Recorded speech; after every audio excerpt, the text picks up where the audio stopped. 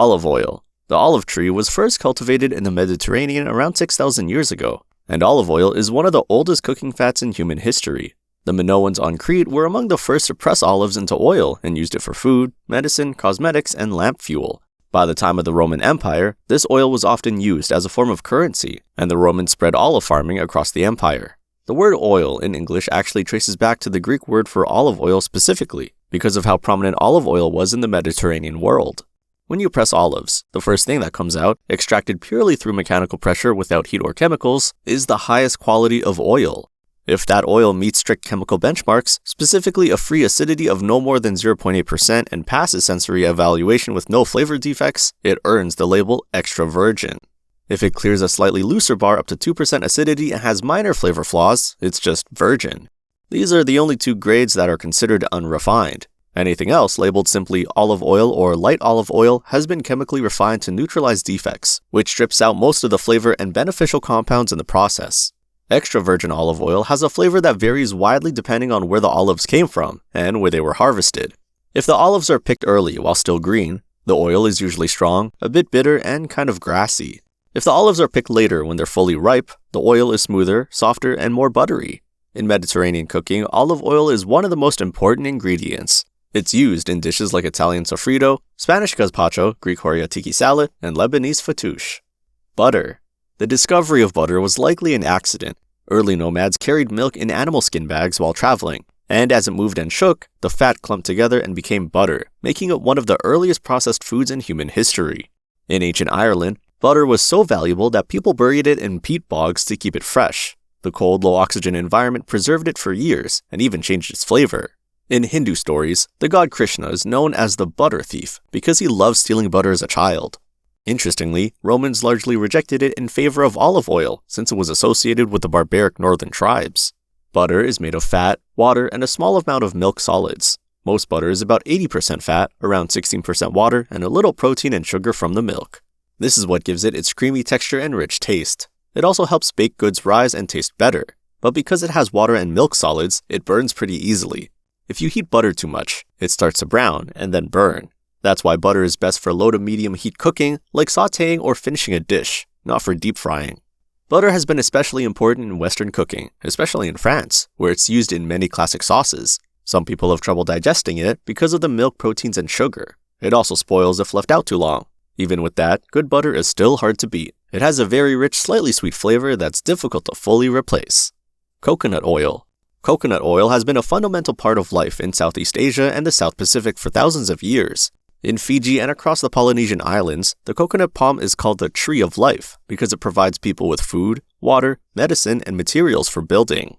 Coconut oil is extracted from the dried meat of the coconut, called copra, or from fresh coconut meat depending on the method. The most valued form is virgin coconut oil, which is extracted from fresh coconut milk without the use of heat or chemicals. It has a distinctly tropical, sweet coconut aroma and a clean flavor that holds up in both cooking and baking. Refined coconut oil, made from dried copra, goes through deodorizing and bleaching processes that strip out most of that coconut flavor and smell, producing a more neutral oil that's preferred when you don't want coconut to be the dominant note in a dish.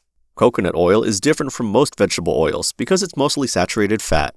That makes it solid at room temperature and very stable. It's popular in keto and paleo diets today because it has medium-chain fats, mainly lauric acid, which the body uses for quick energy. The current scientific picture is still complicated, with different studies pointing in different directions, but most nutritionalists say it's fine in moderation. It's excellent for frying, for sautéing vegetables, and for baking as a butter substitute. In South Indian and Sri Lankan cooking, coconut oil is used in many traditional dishes, adding a subtle richness that's hard to replicate. In the Philippines, it's used to make a dish called pinakbet, frying up local vegetables with shrimp paste, and its aroma is essential to the result. In Western baking, it also became popular as a vegan substitute for butter. In Fiji, there's a legend that coconuts have eyes, and choose who they fall on. Getting hit by one is said to bring 3 days of bad luck. Truffle oil. Truffle oil is supposed to taste like real truffles, but mostly oils don't have any actual truffles. It's usually just plain oil combined with a chemical that is found in truffles, but real truffles have hundreds of compounds that give them a deep, earthy flavor. Truffle oil often tastes one-dimensional and strong, sometimes even like gasoline or rubber.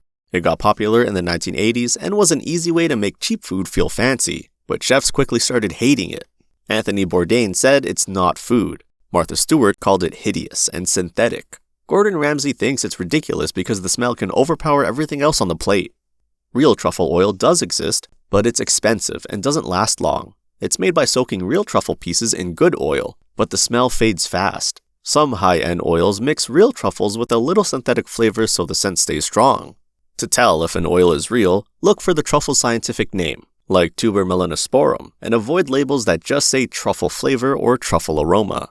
The debate over truffle oil even reached court in 2017, when a US company was sued for implying their oil had real truffles. DNA tests showed it was mostly synthetic. Despite this, people still love it on things like truffle fries and popcorn. Nut oils. The category of nut oils covers a wide range of distinct products, each one extracted from a different seed or nut and each carrying its own flavor and history. They're generally used as finishing oils or for low-heat cooking, since their delicate aromatic compounds break down quickly under high heat. Walnut oil is common in French cuisine, and was historically the everyday cooking fat in some regions, used the way olive oil is used in Provence or butter is used in Normandy. Cold-pressed walnut oil has a rich, deeply nutty, slightly bitter flavor with a dark amber color. It's exceptional in salad dressings, drizzled over cheese, or stirred into a simple pasta. Hazelnut oil comes mostly from France and Turkey, where hazelnut cultivation has been big for centuries. It's very aromatic, with a toasted, almost chocolate-adjacent quality that makes it remarkable on warm salads, desserts, and anything with chocolate or coffee. Like walnut oil, it's fragile and needs careful storage. Pumpkin seed oil from Austria and Slovenia is nearly black in the bottle and turns a deep, vivid green when spread thin over a light surface. It has an intensely nutty, almost roasted flavor and is used in Austrian cuisine as a finishing oil over everything from vanilla ice cream to potato salads. Macadamia nut oil comes from Hawaii and Australia, where macadamia trees were first cultivated commercially in the 19th century. The nut itself is native to Australia and was a traditional food source for indigenous Australians. The oil is mild, with a gentle buttery flavor and a relatively high smoke point for a nut oil, making it one of the more versatile options for actual cooking rather than just finishing. Almond oil is similar in terms of mildness, and is used heavily in Middle Eastern and South Asian pastry traditions, as well as in French confectionery. Mustard oil. Mustard oil is a foundational cooking fat in South Asia. It has a sharp, spicy taste and a bright golden color. In the United States and Canada, it's technically not approved for culinary use and is sold only as a massage oil, though home cooks from South Asian communities use it anyway.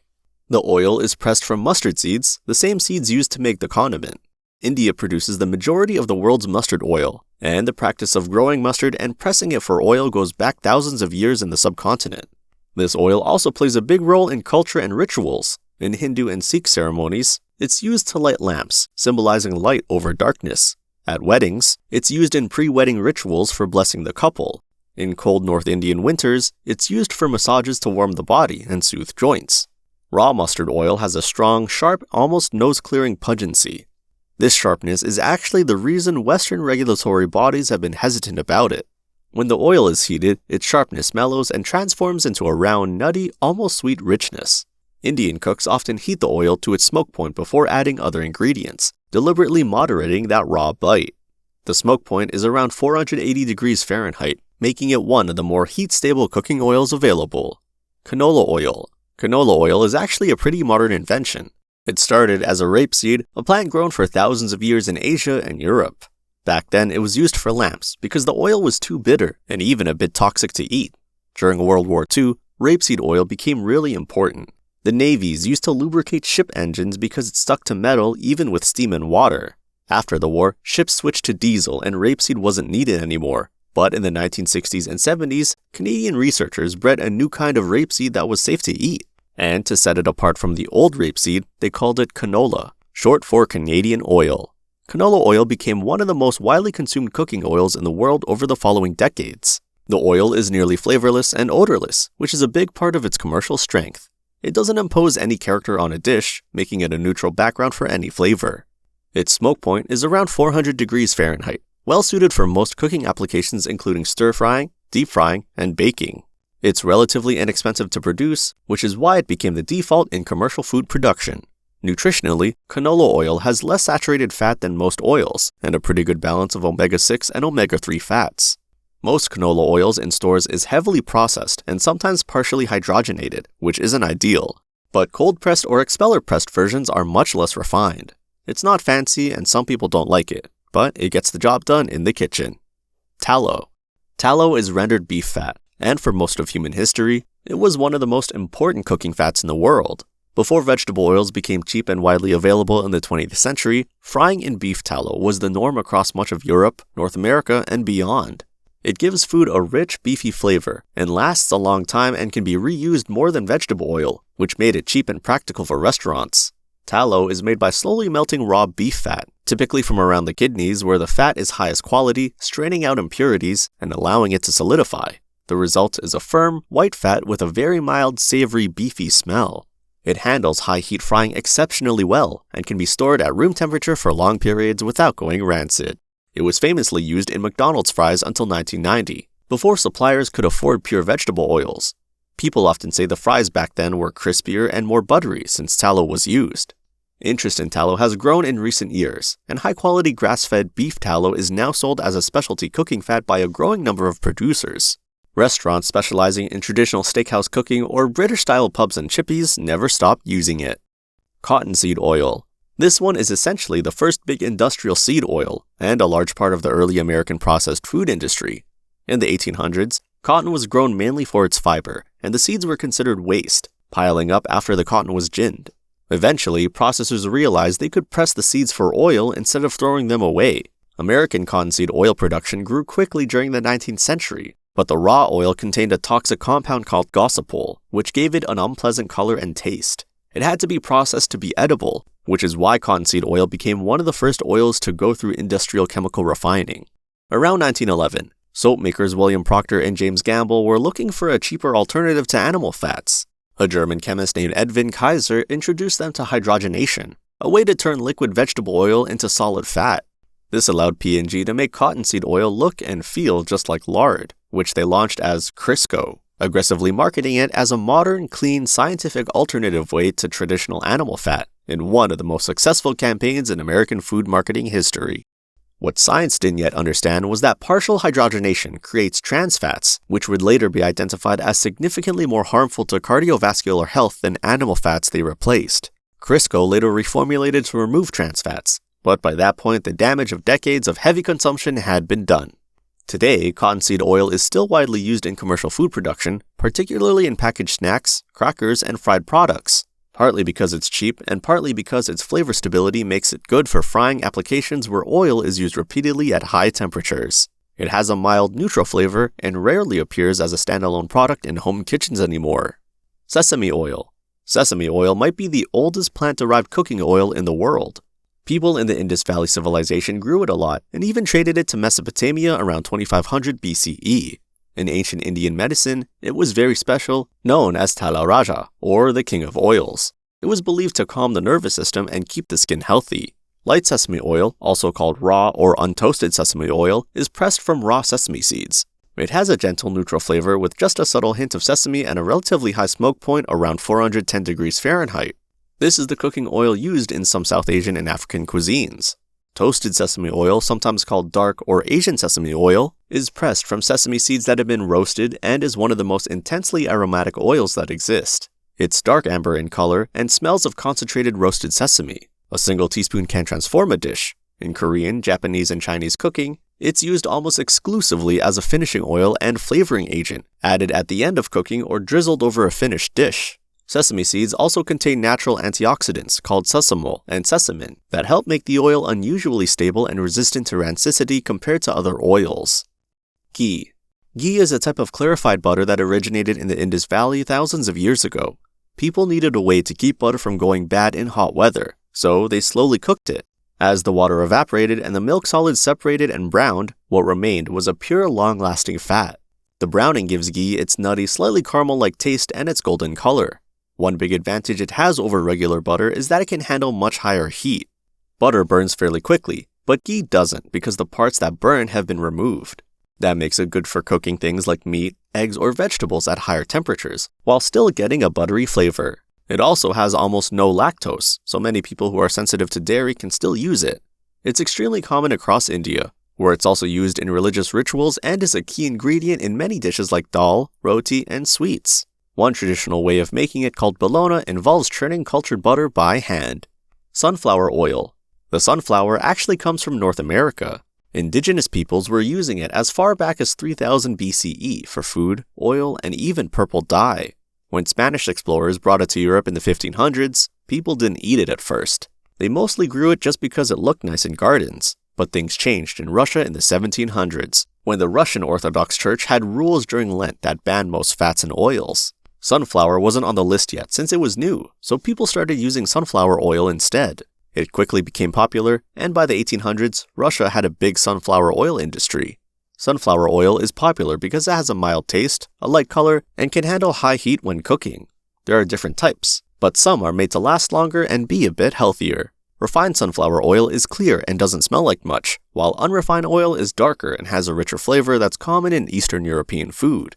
To make this oil, the seeds are crushed and pressed, or sometimes processed with chemicals. What's left over is a high-protein material that's used as animal feed. In the late 1900s, sunflower oil became more popular as people tried to move away from animal fats, and today it's one of the most used cooking oils in the world, with countries like Ukraine and Russia producing a big share of it. In global commercial food production, it rivals canola as one of the dominating frying oils. Argan oil. This oil is produced exclusively from the nuts of the argan tree, a species that grows only in a specific region of the southwestern Morocco, primarily in the area between Agadir, Essaouira, and Taraudant. The argan tree has adapted to the harsh, semi-arid conditions of this region over thousands of years, and its cultivation is so tightly tied to Moroccan Berber culture that the argan forests of Morocco were designated a UNESCO Biosphere Reserve in 1998. Originally, the oil was produced by Berber women using a labor-intensive hand process. The argan fruit is roughly the size of an olive, with a thick skin, fleshy pulp, and a hard nut inside. The nuts are cracked by hand, extracting the seeds, which are then cold-pressed to produce the oil. A single liter of argan oil requires around 30 kilograms of fruit and roughly 15 hours of labor. This is why argan oil is one of the most expensive edible oils in the world, often called liquid gold in Morocco. Cosmetic argan oil is produced from unroasted seeds and is used in skincare, hair care, and beauty products. It's light, odorless, and absorbs rapidly. Culinary argan oil is made from seeds that are lightly roasted before pressing, which produces a very different product. A warm amber oil with a rich, toasty, almost chocolatey flavor with notes of sesame and walnut. It's very robust, and a small amount adds a lot of depth to a dish. In Moroccan cuisine, culinary argan oil is used in a number of traditional preparations. Amlou is a thick paste made from argan oil, almonds, and honey, often compared to peanut butter, and eaten at breakfast spread on bread. It's also drizzled over couscous, used in salads, and added to various tagines. The flavor is powerful enough that it's generally used as a finishing oil rather than a cooking fat, since heat degrades its distinctive aromatic compounds. The production of argan oil has actually become economically life-changing for Berber women in the region. Cooperative groups formed over the past few decades have given thousands of rural women economic independence and access to markets they previously couldn't reach. The global boom in demand for argan oil, driven by both its culinary qualities and its cosmetic applications, has made this highly localized product into a significant international commodity.